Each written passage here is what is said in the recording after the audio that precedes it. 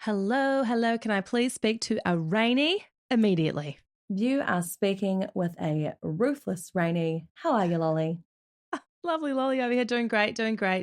I have a very crazy story for you today. I am excited. I'm going to be delivering the juice. It's a lot of juice. All right, we're going to jump right in. There is no time to waste. Let's go. All right, Rainy Bear, we're going to go all the way to Northern California, to a little town called Redding. Redding. Never heard of it. California. Yeah. Look, I hadn't really heard of it either. It's a small town. It's beyond San Francisco. And this beautiful town is known for their mean kayaking. Oh, I've got a kayak. Never used it. Well, don't bother going to Redding then. So, look, it's Wednesday, November 2nd, 2016. Keith has just wrapped up working a hard day at the local Best Buy, selling some electronics. So Best Buy, it's like, JB Hi-Fi kind of vibes for our Kiwi and Australian listeners. So he's heading home. He is excited to go and see his wife and his 2 children. He knows he's going to get in the door and it's going to be crazy. Those toddlers. Toddlers will come running for him. His 4-year-old. Daddy's home. Mum's going to be like, how can you deal with them? He pulls up his long driveway, a bit of a rural property, gets to the front door, puts the key in, twists that key and opens that door, braces for impact. It's very strange, Rainy. No one comes running. No impact. No, he hits in the door and hits the living room. It's fucking empty. Hallelujah. He's like, I've hit the jackpot. I'm tired. No, he's like, okay, this is weird. No one's home. He starts calling out for his wife, Sherri. Sherri, you home, darling? No answer. This is weird because Sherri should be home by now with the kids because you see, Sherri picks the kids up every afternoon around 4:30. And at this point, it's about 5:30. So he gets onto his little Find My iPhone app because they've got the little family sharing situation going on. So he goes and does a little Find My iPhone. It's like, it's weird. Sherri's at the end of the driveway. So I didn't see her when I drove on up. So Keith heads down to the driveway. He's having a little look around. He's walking a bit down the road, rummaging through the bush. And there on the ground, with the headphones bunched up, some blonde hair tangled within the headphones, lies his wife's cell phone. He's like, this makes me feel a little uneasy. So he takes a photo of the phone, just in case he needs it for evidence, and then he picks it up. It's definitely Sherri's phone. So he calls 911. Hello, can I help you? Hello? Yeah, so I just got home from work, and my wife wasn't there, which is unusual, and my kids should have been there by now from, daycare. So I was like, maybe she went on a walk. I couldn't find her, so I called the daycare to see what time she picked up the kids. The kids were never picked up, so I got freaked out, so I hit, the Find My iPhone app thing, and it said that it showed her phone, at our end of our driveway. We don't have really good service. Okay. Not the end of our driveway, but the end of our street. So I just drove down there, and I saw her phone with her headphones because she started running again, and I found her phone, and it's got, hair ripped out of it, in the headphones. So I'm, totally freaking out, thinking, somebody, grabbed her. Did you go pick up your children? No, I'm going to call my mom and have her do it. Okay. What's your wife's name? I'm going to, knock on every door. Sherri, Sherri. She white, female? Yes. What's her date of birth? It is June 11th, 1982. I picked it up. Okay. How tall is she? 5'3", 5'4". How much does she weigh? 100 pounds. Eye color? Like a bluish blue. Okay. Hair color? Blonde. Do you know what she was wearing? Is there something she always wears? I'm assuming she went running, so probably running athletic type clothes. Okay, there's not an outfit she always wears or anything like that. Does she run with a dog or by herself? By herself. Okay. What time were the kids We just started running again, and we live in a... No, When's the last time? When's the last time you heard from her? She sent me a text at 10:47 asking me if I was coming home from lunch from work. And I said, sorry, long day. And that was the last. Never spoke to her on the phone, never any other contact. Okay, and what time are the kids supposed to be picked up? Way before 5:30. She usually goes at like 4:45. Okay. 4:30, 4:45. Oh my God. And we live down kind of a sketchy street, so I don't know if I'm allowed to knock on everybody's door, but I will if I'm allowed to do that. Well, let's just have the officers contact you so they can start, processing everything, figure out what's going on, okay? And I understand you're freaking out a little bit. We want to make sure we get your kids. So as we can hear, Keith kind of realizes during the conversation, like, oh, maybe this is not very good. And he has said that he lives in a bit of a dodgy area and he might go door knocking. And the person on the phone's like, don't do that. We'll send a cop out there and just hold tight.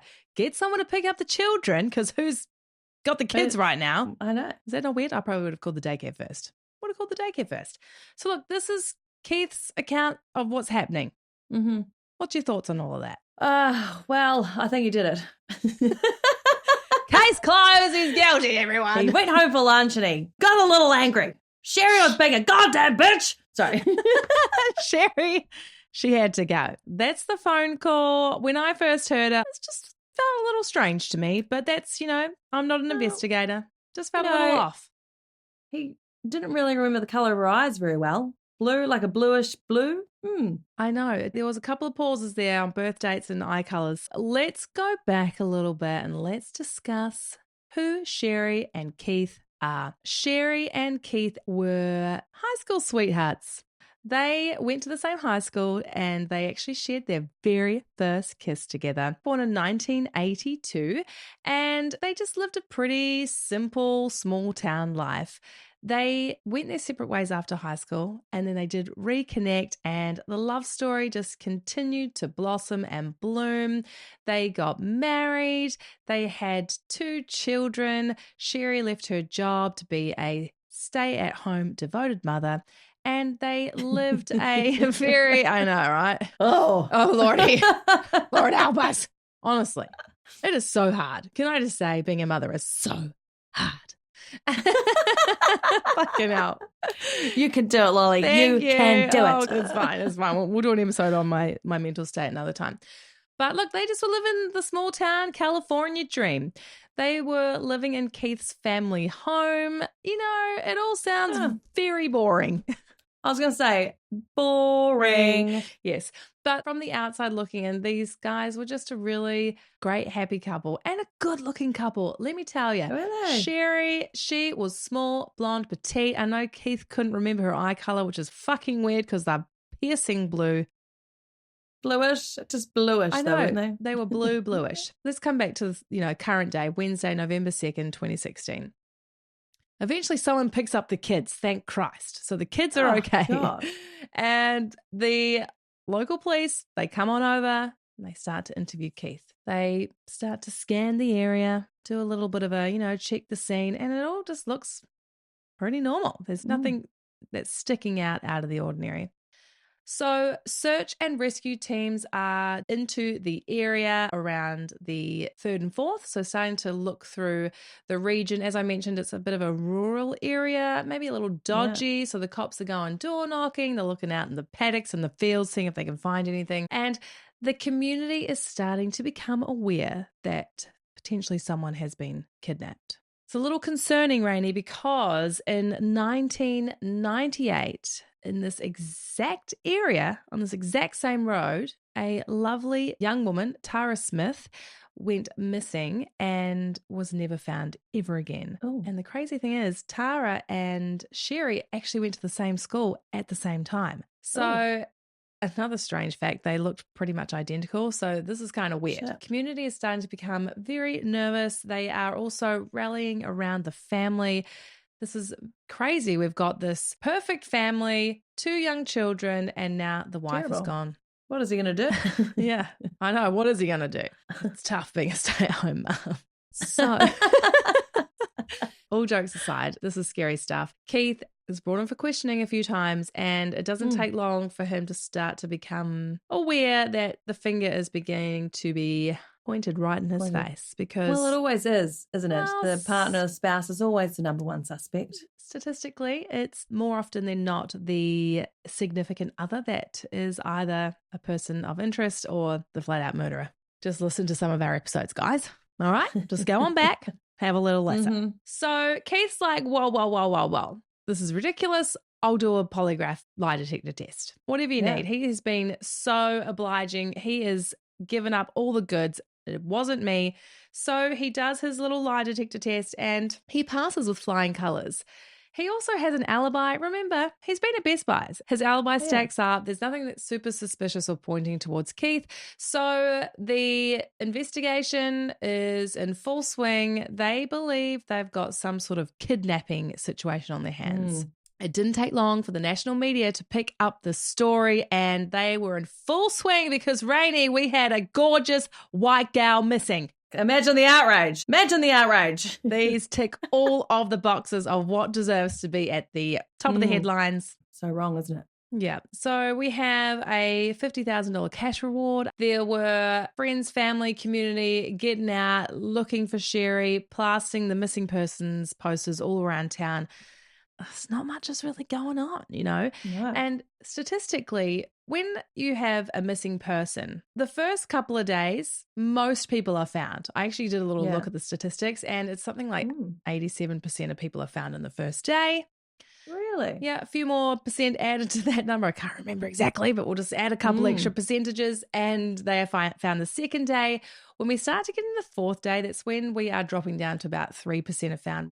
So statistically, it's not looking great. The family have hired a private investigator. We also have a wealthy businessman who's jumping onto the case. He remained anonymous, but he put up a 6-figure reward, and he gave a certain amount of time saying, you've got this time frame, give us some indication that Sherri's alive. Otherwise, the money's off the table. It fast approached that timeline and nothing. Poor Keith and the family are really upset. Keith's trying to figure out, you know, how to run the household. You probably can't go to Best Buys anymore. He's not working, but there's a GoFundMe page that's been set up. The support is trickling in through the GoFundMe page so he can just focus on looking after the children and finding his beloved wife, Sherri. With those bluish eyes. And her birthday was sometime around June. So look, 22 days pass, Rainey. Shit. We can all 22 days. We can all just assume she's dead, right? You'd think so. Yeah, I know. You would. That sounds brutal, but if I was Keith, I'm like, she's a goner. 4:30 a.m. on the 24th of November, 2016. It's Thanksgiving. The roads are getting quite busy. People are heading out to see the family so they can eat themselves to death. What else do you do on Thanksgiving, Rainey? I used to live in the States. It's just an excuse to get really full.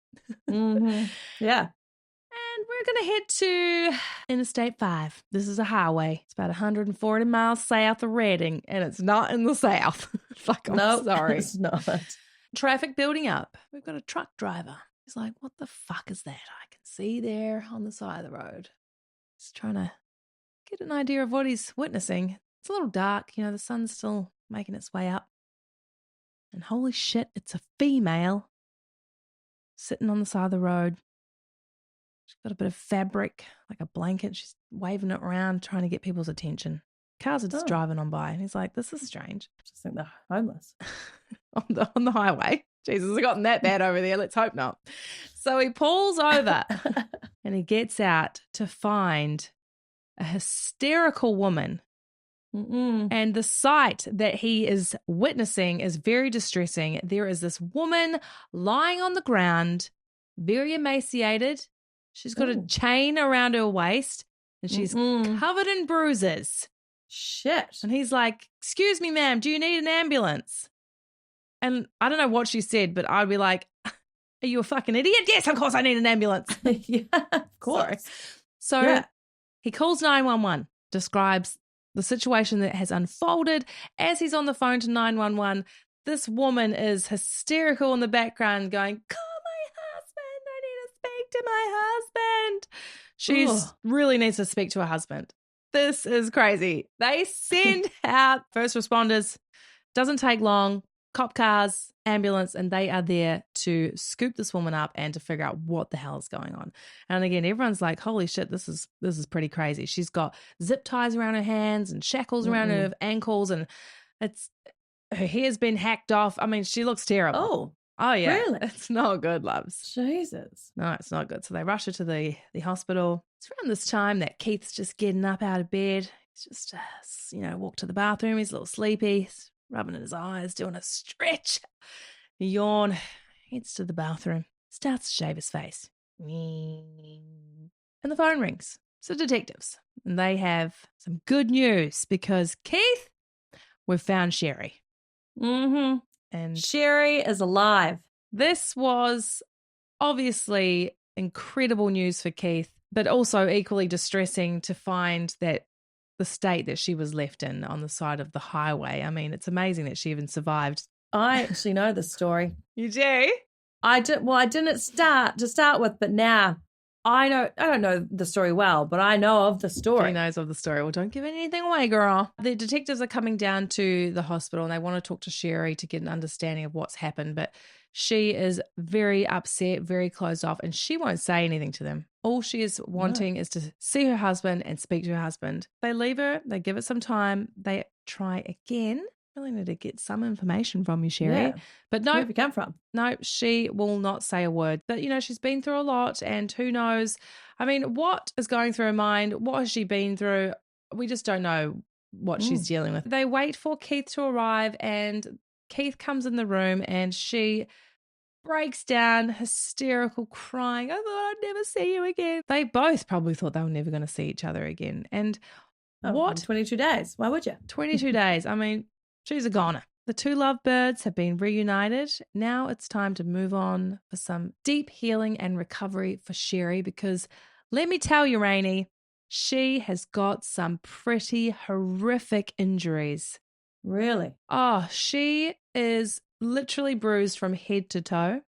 Jesus. She has a broken nose. She's got cuts all over her body. She has lost about 10 pounds, about 5-6 kilos, and she already was a very small woman. But she's weighing about 87 pounds. It's 39 kilos.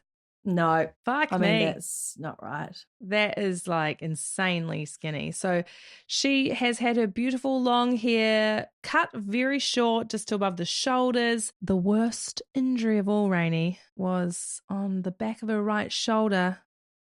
She'd been branded. Oh, for fuck's sake. With the words Exodus. And Exodus, yep. Do you know what? My crypto wallet is Exodus. Well, maybe it was them. Maybe. I don't know if it was Exodus around back then. They were doing some good marketing and branding. Literally. Oh, come here, bend over. Yeah. This is their plan, just do a little kidnapping. But look, all jokes aside, that's horrific. That's terrible. Oh, sorry. Pain. I've seen the images, and the kidnappers didn't really space out the lettering very well. So Exodus wasn't on one line. It was like EXO and then DUS underneath. So, I mean, idiots. But that would have hurt an incredible amount. What does Exodus I think mean? It's some sort of Bible passage. So Keith is completely shocked at the sight of his wife because she looks terrible. I mean, and it's very, very sad. His beautiful wife is terribly mutilated and hysterical, as you could imagine. So he takes her home, and very slowly the detectives are able to meet with them in the comfort of her own home and start to extract some information. When the detectives arrive, they come in. Keith and Sherri are sitting at the table.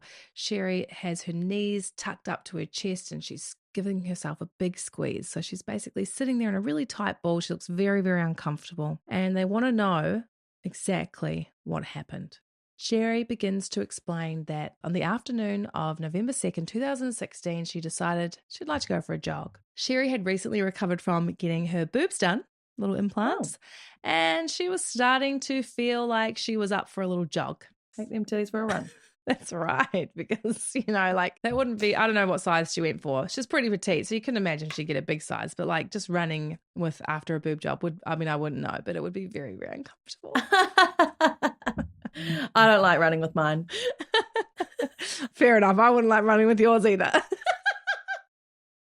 She goes down the driveway, starts heading off for a little jog, and she notices this black SUV stop, starts to reverse. She's like, oh, it's not very good. And then the door opens, and inside are two Hispanic women. Oh. And one of them needs one of them needs a little help. She needs some directions. Sherri's like, oh, okay, I'll help. That's fine. And as she starts to get a little closer to the car, she notices that the woman's holding a gun and orders Sherri to get into the car and to throw her phone on the ground. Sherri takes her headphones out, and as she takes her headphones out, she pulls her hair out of her hair and wraps them up in the headphones and throws them on the ground. Smart, but also like your phone probably will let us know it's you, so. Okay. Actually, you're right. Not that smart. No. Maybe it was a sign of like something's gone wrong here. Maybe that's what was going through her mind. She hops in the car, petrified. One of the women smacks her on the head, and she's not really sure of the details, but she thinks maybe she was tasered because she sort of passes out for a little while. She also has a covering put on her head. She said that the women were in masks, so she doesn't they had face coverings, so she couldn't really get a great idea of, what they look like. But she's in the car and they are driving for a very long time. Hours. They are traveling hundreds of miles. Wow. Sherri gets a little tired, so she just goes for a sleep. I mean, I don't know if I could sleep. I would be trying to figure out how to get out of the car, but maybe the kitty locks were on. Adrenaline's pumping. Yeah. I don't know if you're going to have the wee snooze.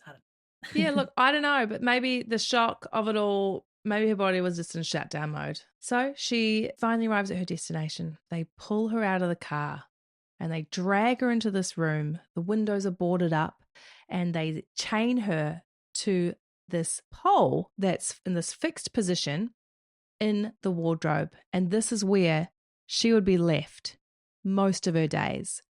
In the corner of the wardrobe was a large bucket filled with kitty litter.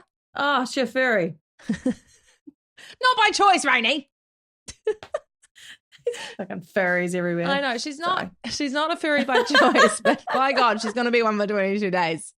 Because she's got a nice bucket of kitty litter there that's going to be her toilet, all right? She's been informed that she has a buyer.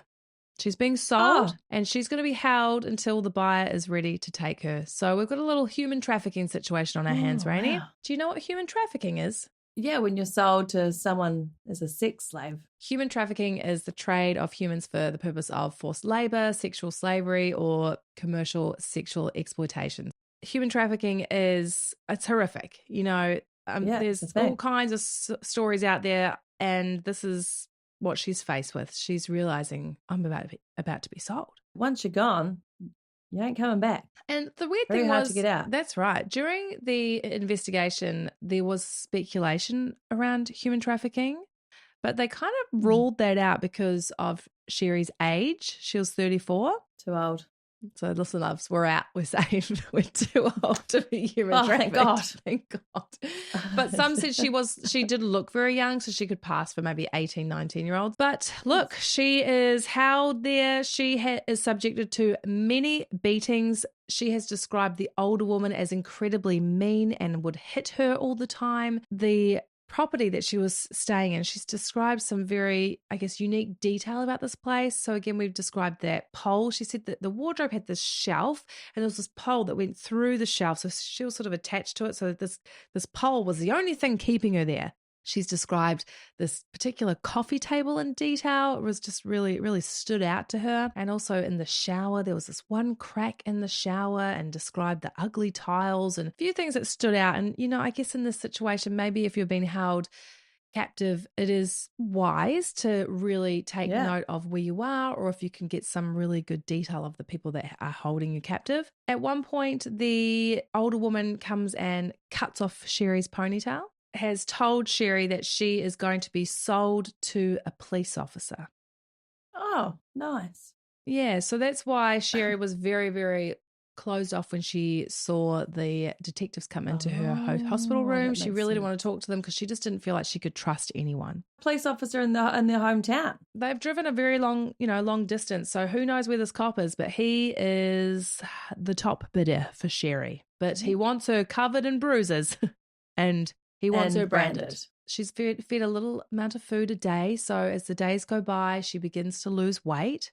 And one day, Rainey, she hears a pow-pow. Woo! They were gunshots, by the way, in case no one knew what pow was. Pow-pow. She's like, oh, shit. Very, very concerning. She's sitting there waiting like, oh, my God, am I next? The younger of the two, Hispanic woman, comes in and says, quickly, get in the car. Ooh. So she scoops up Sherri and puts her in the back seat of the car, and they drive. And they drive and they drive. Get to a point in the highway. They pull over. And the young Hispanic woman tells her to get out, basically kicks her out onto the side of the highway. And that comes to the dramatic moment of the truck driver driving along the interstate, seeing poor Papini. Papini just petrified. Oh, Papini. Puny Papini, petrified in a puddle. Peeny weeny. Poor Papini. And that's what they get from the first interview. It's like, wow, hey, it's a lot of information. It's a lot of information. The detail. So the thing is, it sounds like a lot of information, but it really was a lot of talking. I've watched the interviews, and it's very interesting because we've got this very scared, huddled up Papini, little ball of Papini. The next moment, she's making jokes and she's talking about how annoying everything is. The annoying pole, the stupid pole, talking about this crack in the tiles. Really going into detail about how annoying a lot of things were. She was talking about the mariachi music. She kept going on about the stupid mariachi music that they were playing. I don't think it's that stupid. Right. I think it's quite fun, actually. Information starts to be released into the public. We've got some sketches of these two Hispanic women. Unfortunately, they both have face coverings. This is pre-COVID, so probably was a little strange for people to see that. As you can imagine, in this area, the community are still very on edge, especially around Hispanic women, which is not fair, but no. I know that there was this sort of feeling of uncertainty and, people feeling unsafe. And I know on the other side, you've got the Hispanic community that also felt like they were being looked at a little bit too closely and weren't feeling comfortable being out in public. But there's really not much else happening. We don't really get any leads. We have a few things released to the media. We have some people starting to doubt Sherri's story, but then you have other people going into bat for her and being like, how dare you? This is victim blaming. We've got big people like, Nancy Grace. She's the Southern woman. She's a lawyer, but she's a true crime podcast. I do know Nancy Grace. Yeah, she was even coming out saying, how dare you? Yeah. How dare you victim blame it? How dare you don't believe her? Yeah. Sorry. I'm sorry. I don't think that's similar sounding, but maybe not so much. I mean, I sound like an old man from probably Alabama. Yeah, you are. Everything just goes quiet. Sherri does her best to get on with her life. She is very different to the Sherri that most of her friends and family knew before. She's quiet, a bit more withdrawn. She always stays very close to Keith. Keith is just such a devoted husband and father, and he is just so happy. Oh, yeah. So happy that she's back. So the weeks go by, months go by, the years go by. Shit. Nothing. Wow. Until 2020, Rainey. 4 years. 4 years. You see, what happened was when Papini was found, they did a little DNA sampling extraction from her clothing, and they found a male's DNA. Which is kind of weird because we had two females that had done the abducting. Yeah. And they never had a match on this DNA, but they just kept it in the hopes that one day they would get a match. And in 2020, thanks to genetic genealogy, we got a DNA match. Shit, yeah. Now, is genetic genealogy when you do like an online database for all that like family DNA tracking and everything? There's been a lot of cases that I think have been solved because of people That's putting their right. own DNA. Oh, you don't do that. They find the match, and it's a relative of the person that holds the DNA match that's been found on Sherri's belongings because it's It's a link. a link. Mm. So they look into this person and their family. They find the match, Rainey. And it's matched with a James Reyes. Doesn't sound very Spanish to me. It doesn't sound very female either. Now, James Reyes was actually Sherri Papini's ex-boyfriend. So this is fucking weird. Things are taking a big old turn. Mm-hmm. An old puny Papini. It's got some explaining to do. They bring in James for some questioning and they start to explain everything that they know, and he is unsure what they're talking about. Doesn't know anything about it. Hasn't seen Sherri for quite some time. He doesn't really know. They keep digging. They keep prodding. Finally, James decides to come clean. What do you got? James starts off by saying, I was just trying to help out a friend. According to James, Sherri had been chatting with James for some time. She had a little burner phone. Let James know about her situation that she was in with her husband. Keith was incredibly abusive. Oh. And Sherri would be beaten quite a lot and she needed to escape. So James was going to come and rescue Sherri. Wow. So they made this little plan. Sherri hired a car and James drove for 9 hours straight to go pick up Sherri. Shit. 9 hours. It's a long drive. Too long.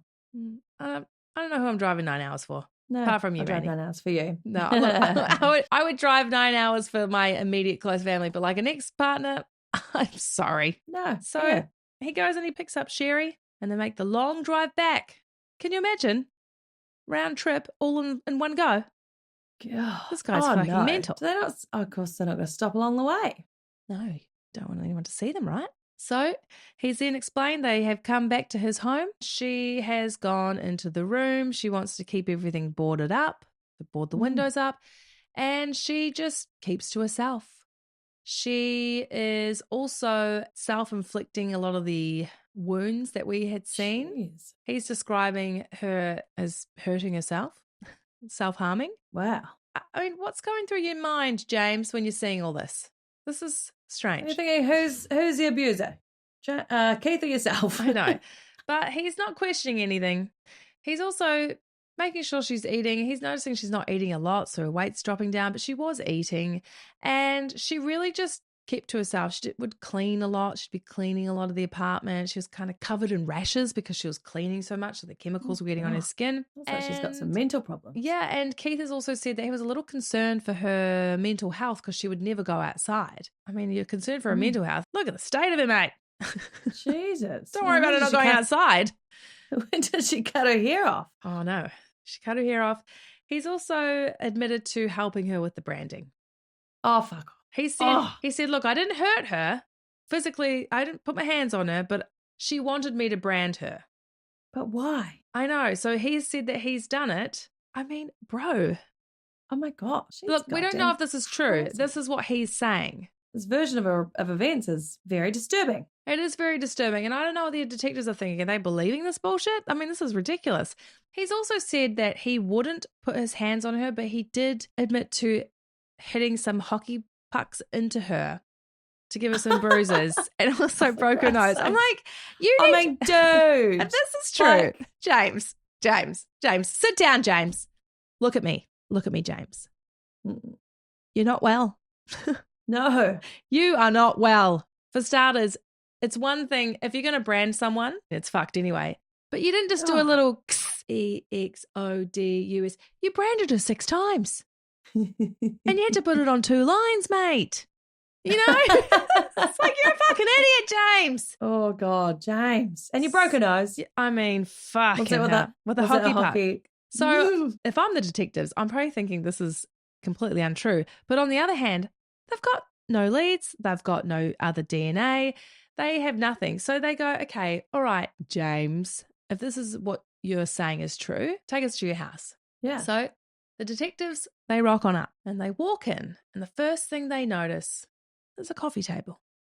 It's very similar to that annoying coffee table that Sherri was going on about earlier. They walk into the bathroom, start to inspect the shower. One particular tile stands out, one with a crack running right through it. So fucking annoying. So ugly, those tiles, are thinking. They then go into the bedroom, Rainey. They open up the wardrobe and they cannot believe their eyes because they are witnessing a pole attached to the ceiling running right through the shelving, and they are like, oh, this is getting a little too much. But again, his word against her word. He could be making up this crazy story, and maybe he did do all those things to her, but not because she wanted it, because he had kidnapped her. Was a scorned ex-lover. So they go and call up Sherri. Keith, say, we need to have a chat, guys. Come on down. Papini, pour yourself a peach Pims and let's do a little powwow. Sorry. They don't really know what they're there for. They sit down, anxiously awaiting the detectives to come into the room. Before the detectives get into it, they say, thank you very much for coming down. We just want to let you know that if you lie to a federal officer, investigator, it is a crime. We've got some news. We've got a bit of a break in the case. So they start discussing some newfound information and evidence. Keith is visibly excited. Sherri is just kind of huddled over a little bit and she's not really sure what's about to come her way. They begin by first off showing her a picture of a coffee table. Ooh. What do you think about that? She's not really sure what she's seeing. She's like, bit of an awkward photo. I don't really know much about it. My memories they're a little faded. I don't really know. Don't know. Keith's like clapping his hands together. He's like, that could be the coffee table that we've heard so much about. They then pull out a picture, slap it down on the table, push it over her way. It's a picture of a wardrobe with a pole. Keith is like, holy shit. Jackpot. He's like, I haven't seen it, but that's got to be it because that looks exactly as what you've described, honey. She's like, oh, wow. She's like, it's a little different, but it's pretty fucking close. That's what she says. She's like, this part's, sorry, let me just get into character. This part's quite different. Like, this part's really different, but it's pretty fucking close. Yeah, wow. How good was that? Good. That was good. That was good. Thank you. So good. They whip down another photo, Rainey, and they slide it across the table. It's a picture of that goddamn crack and those ugly tiles. Keith he's standing up, he's hooting and hollering because he knows that they found the house. Yeah. Sherri doesn't really know much about that tile. She's like, I don't really remember. It's very strange. Keith stops celebrating. He sits back down. It's like a kid in a candy store. He's very excited. They let Sherri and Keith know that they had a DNA match. They also say, we would really like to discuss what we know.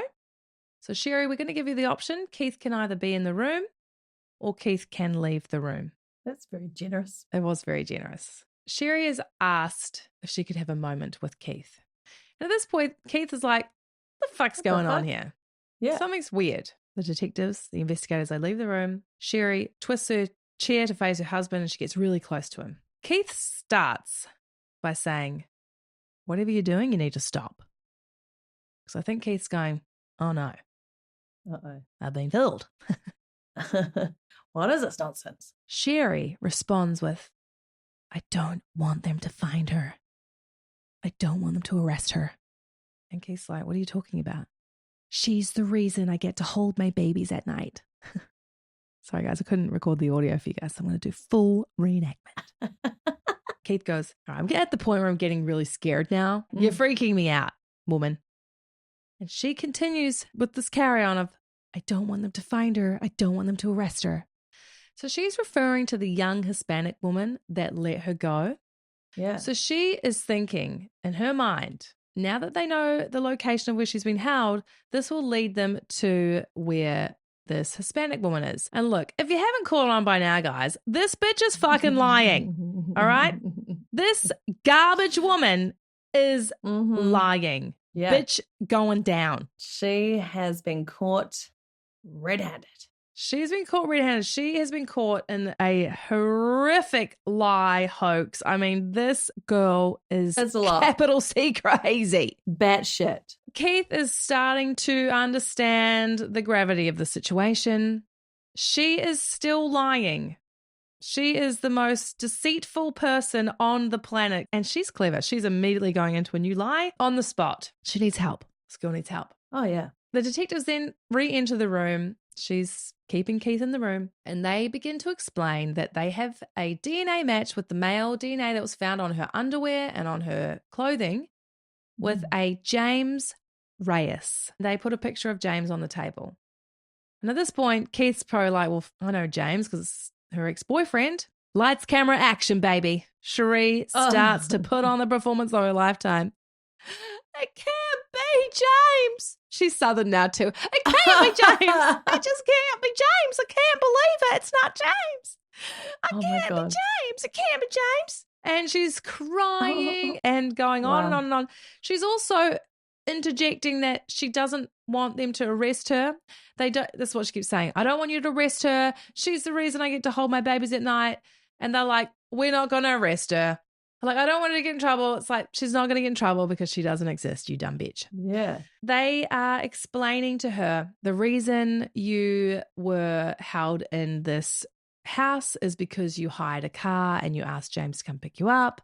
The reason you are branded is because you asked James to go and buy a branding tool from Hobby Lobby, and that's what that's the shop. And the reason your nose is broken is because you asked James to hit a hockey puck into your nose. Explanation for everything. But old Golden Globe Academy Award winner Sherri Papini is not giving it up, and the waterworks continue. It can't be James. It can't be James. It can't be James. It can't be James. It can't be James. It's fucking James, bitch. And it's you too, all right? Oh my God. It's you. It's Awkwardly, Rainey. Poor Keith is very slowly moving his chair away from old psycho Sherri. Oh, God. Inch by inch. The more information that comes out, he is just slowly backing himself into a corner, the far corner, to get away from Peculiar Papini. Fair enough. I'll be running out the room. Well, it didn't take long for Keith to finally stand up and just get out of there because this is insane. So she is refusing to acknowledge that she's in the wrong. She's saying, I've done nothing wrong. It can't be James. It can't be James. And it gets to the point where she finally says, I want a lawyer, and she's not going to answer any more questions. Wow. She leaves the room. It's quite awkward because there's the audio of her leaving the room, and she's like, Keith, Keith. And the detective's like, Keith, Keith's gone. All right. Keith has left the building. Remarkably, though, they find Keith and he comes back in and he sits there and he just says, well, I'm the idiot husband, aren't I, that believed her. Oh, God.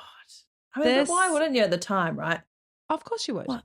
Yeah. Of course you'd believe your wife. Not much happened after this interview because investigators, they had to get all their ducks in a row before they could officially do an arrest or make anything public. Keith stays with his wife.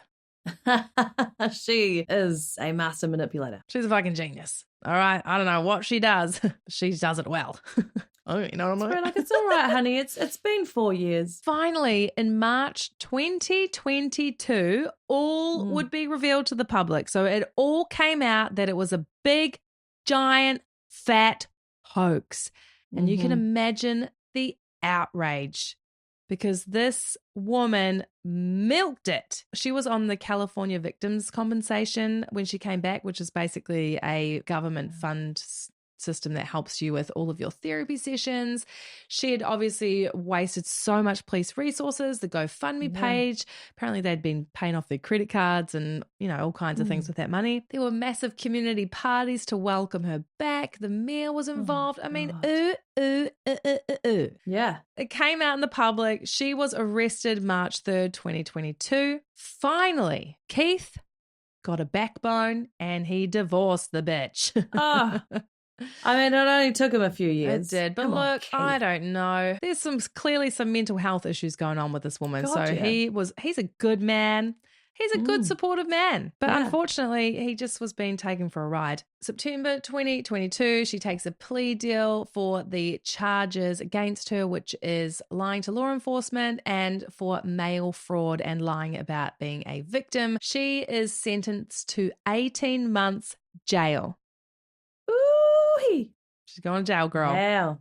Fair enough. She's also having to pay back about $300,000 in money that was either wasted resources from federal police, FBI, the GoFundMe money. So everyone that donated money, it's all going back to them.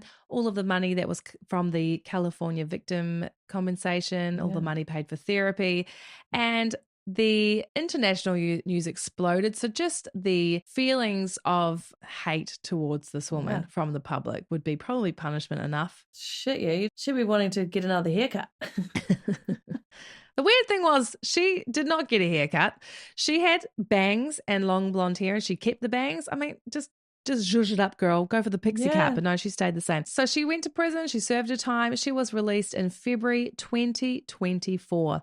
Oh, just recently. Long ago. So this has been going on for so long. Now I've got some updates on both Keith and Sherri. Sherri is starting a foundation, guys. Oh, good for her. What is it? The Lying Foundation? Yeah, probably. She's teaching people how to be really good liars. Yeah. I don't know what the foundation is, but apparently she's starting one. She's also writing some books, right? She's an author. So if you're lucky, you'll get your hands on a couple of good reads from Sherri Papini. Oh, my God. How embarrassing. She also has a new boyfriend. God help him. Yeah. Be careful. She is 40 years old now and she still is living in North California so she can be close to her children. She only gets supervised visits with her children and Keith has had full custody of the kids for quite some time, as you can imagine. Keith is just such a legend. He just seems like such a good man. From all the interviews that I've watched, he just has a really good heart, lovely man. And he was a part of a new documentary that came out, or a docuseries that came out just recently in June 20th. And it was called The Perfect Wife. So he's done a lot of interviews since then. You can even just go online, have a little look on Google. There was another documentary called Lies, Lies, and More Lies. Because let's be honest, it's just lies coming out of everyone's buttholes. Many lies. So that's where we saw all the footage, all the video footage. He's moved on as best as he can. Yeah. Some things have come out about Sherri's past. She was a bit of a psycho, really. Yeah. I don't think this would have just come out of the blue. Quietly. Her friends have described her as like a massive exaggerator, lies all the time, has run away a lot in the past. Growing up, she used to hurt herself and then tell people her mum was like cutting her and hurting her. Jesus. At one point, her mother even called the police to be like, how do I deal with this? Because my daughter is telling people I'm hurting her and I'm not. Did anyone not think at the time like, oh, this girl needs could help? be just another episode that it's a lie? Her father also at one point called the police back when she was a teenager because apparently she had vandalized his house, done a lot of damage. So this is all just very attention-seeking, cries for help. I don't know. When she was sentenced, she's blamed her actions as coming from a bad upbringing, traumatized childhood. Whether or not that's true or not. Who would know?